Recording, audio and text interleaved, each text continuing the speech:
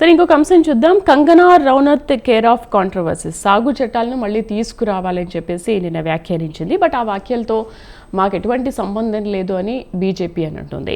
సరే, ఈ వ్యాఖ్యలు చేయడము మళ్ళీ దాన్ని సమర్థించుకోవడం ఏంటి? కంగనా ఇప్పటికే ఒక 2-3 సార్లు ఇలాంటి వ్యాఖ్యలు చేసింది సార్. అంటే అదే పార్టీలో ఉంటూ అదే పార్టీని ఇలా వ్యాఖ్యానించడం ఏంటి? అసలు ఎలా అనుకోవాలంటే ఇదేమైనా అవగాహన రాహిత్యం అనుకోవచ్చా? ఇది రాజకీయ వ్యూహం అండి. కంగనా రనౌత్ ఆల్రెడీ బీజేపీలో ఫైర్ బ్రాండ్ ఎంపీ, ఆవిడ సినిమా యాక్టర్ కూడా, బాగా పాపులారిటీ ఉన్నటువంటి నటి. రాజకీయంగా కూడా ఆవిడతో కాంట్రవర్సీ స్టేట్మెంట్స్ బీజేపీ ఇప్పిస్తుందండి. ఎందుకు ఈ మాట అంటున్నా అంటే, బీజేపీ రాజకీయ వ్యూహం ఏంటంటే, ఇప్పుడు హర్యానా ఎన్నికల నేపథ్యంలో కంగనా రనౌత్ చేసినటువంటి వ్యాఖ్యలు ప్రధానంగా సిక్కుల మీద కానివ్వండి, లేకపోతే సాగు చట్టాల మీద కానివ్వండి, ఇవన్నీ కూడా హర్యానా ఎన్నికల్లో బీజేపీకి ప్రతికూలంగా మారపోతున్నాయి. అందుకోసమనే సాగు చట్టాలకు సంబంధించినట్టు ఇప్పుడు హర్యానాలో బీజేపీకి సంబంధించినటువంటి విషయంలో ఎందుకు ప్రతికూలత ఉంది అని అంటే, రైతాంగం నుంచి తీవ్రమైనటువంటి వ్యతిరేకత ఉంది. ఈ సాగు చట్టాలు వాళ్ళ ఆల్రెడీ ప్రభుత్వం, కేంద్ర ప్రభుత్వమే ఉపసంహరించుకున్న 2019 ఎన్నికలకు ముందు మళ్ళీ తీసుకొస్తారనేటువంటి భయం కూడా రైతుల్లో ఉంది. అయితే ఇదే అంశాన్ని కంగనా రనౌత్ ద్వారాగా అనిపించి వాళ్ళు బీజేపీ వాళ్ళు ఇప్పుడు ఈ రోజు ఏం చెప్తున్నారు, మేము సాగు చట్టాలను మళ్ళీ తిరిగి తీసుకురాము అని ఆ విషయాన్ని చర్చకు పెట్టి వాళ్లే దానికి సమాధానం ఇచ్చుకునేటువంటి విధంగా ఆ ప్రజలకు భరోసా ఇచ్చేటువంటి ప్రయత్నం చేస్తున్నారు. మళ్ళీ మాకు సంబంధం లేదు ఆమె వ్యాఖ్యలతో అంటారు ఎందుకు? మరి అందుకనే కదా ఆవిడ మాట్లాడినప్పుడు ఆవిడ కౌంటర్ చేయటం కోసం అనమాట.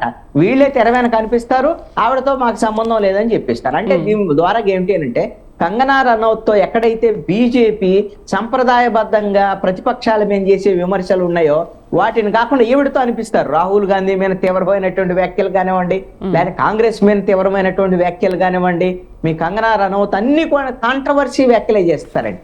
ఇంతకు ముందు కూడా సాగు చట్టాల మీద చేసినటువంటి వ్యాఖ్యలు చాలా తీవ్రమైనటువంటి కలకలం రేపినటువంటి విషయం తెలిసిందే. అందుకే కదా ఆవిడ విమానాశ్రయంలో ఉన్నప్పుడు ఎవరో ఒక సెక్యూరిటీ గార్డు ఎవడు చెంపదెప్ప కొట్టినటువంటి విషయం కూడా, ఇవన్నీ కూడా మనం చూసాం కదా. మొత్తం controversy care of Kangana Ranaut. అయితే ఈ కాంట్రవర్సీ ద్వారాగానే బీజేపీ లబ్ధి పొందాలి. ఇది అసలు అన్నమాట. కాంట్రవర్సీని పెట్టి బీజేపీ లబ్ధి పొందాలనుకుంటుంది. ఇప్పుడైతే హర్యానాలో బీజేపీ చెప్పేటువంటి మాటలను గాని, వీళ్ళు ఇచ్చేటువంటి హామీలను గాని, అక్కడ హర్యానాలో రైతులు కానీ, సిక్కులు కానీ, అక్కడ ఉండేటువంటి ప్రజలు నమ్మేటువంటి పరిస్థితి లేదు. దాని నష్ట నివారణ చర్యల్లో భాగంగా కంగనా రనౌత్ను ముందు పెట్టి ఈ విధంగా ఆవిడతో మాకు సంబంధం లేదు, ఆవిడ ఇలా స్టేట్మెంట్ ఇస్తున్నారు, అసలు మేము ఇలా చెయ్యము, సాగు చట్టాలు తీసుకురాము అని భరోసా ఇచ్చేటువంటి ప్రయత్నం అన్నమాట. ఎజెండాని మొత్తము బీజేపీ తన చుట్టూ తిప్పుకునేటువంటి ప్రయత్నం. రాజకీయాల్లో ఇది ఒక వ్యూహం అండి.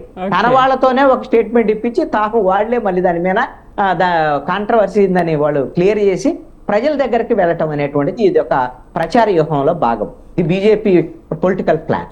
ఓకే, కానీ సార్ ఇలాంటి వ్యూహాలు ఎన్ని పనినా కూడా ఇప్పటికే 10 ఏళ్ల నుంచి హర్యానా రైతులు ఎంతగానో మోసపోయారు. ఆ సాగు చట్టాలు రద్దు చేయడం వల్ల కూడా చాలా మోసపోయారు. కాబట్టి కాంగ్రెస్ వైపు మొగ్గు చూపుతున్న దాఖలాలు కనిపిస్తున్నాయని విశ్లేషకుల అభిప్రాయం కూడా అదే ఉంది. మరోవైపు ఆప్ కూడా పోటీ పడుతోంది. బట్ ఆ పోటీ వచ్చినప్పటికీ కూడా కాంగ్రెస్ అక్కడ ముందంజలో ఉంది అన్నట్టుగా కొన్ని సర్వేలు కూడా చెబుతున్నాయి. ఇప్పుడు వరకు నాకు ఉన్నటువంటి సమాచారం ప్రకారంగా అక్కడ బీజేపీ ఓడిపోబోతోంది అనేటువంటిది ఈ రోజు ఉన్నటువంటి సమాచారం. ఖచ్చితంగా కాంగ్రెస్ గెలుపుకు అవకాశం ఉందనే క్లారిటీ కూడా ఉంది ప్రజల్లో అనేటువంటిది. రెండో అంశం ఏంటంటే, ఆమ్ ఆద్మీ పార్టీకి అవకాశం ఉన్నప్పటికీ కూడా ఆమ్ ఆద్మీ పార్టీ కేజ్రీవాల్ కొంత ముందుగాగిన, అంటే ఒక నెల రోజుల ముందు లేకపోతే ఒక నెలన్నర ముందుగిన హర్యానాకు సంబంధించినటువంటి అంశాల మీద, రాజకీయ అంశాల మీద ముందుకు వచ్చి ఉండుంటే ఆమ్ ఆద్మీ పార్టీకి అవకాశం ఉండేది అనేటువంటిది. కానీ ఇప్పుడు ఉన్నటువంటి పరిస్థితిలో ఆలస్యమైంది.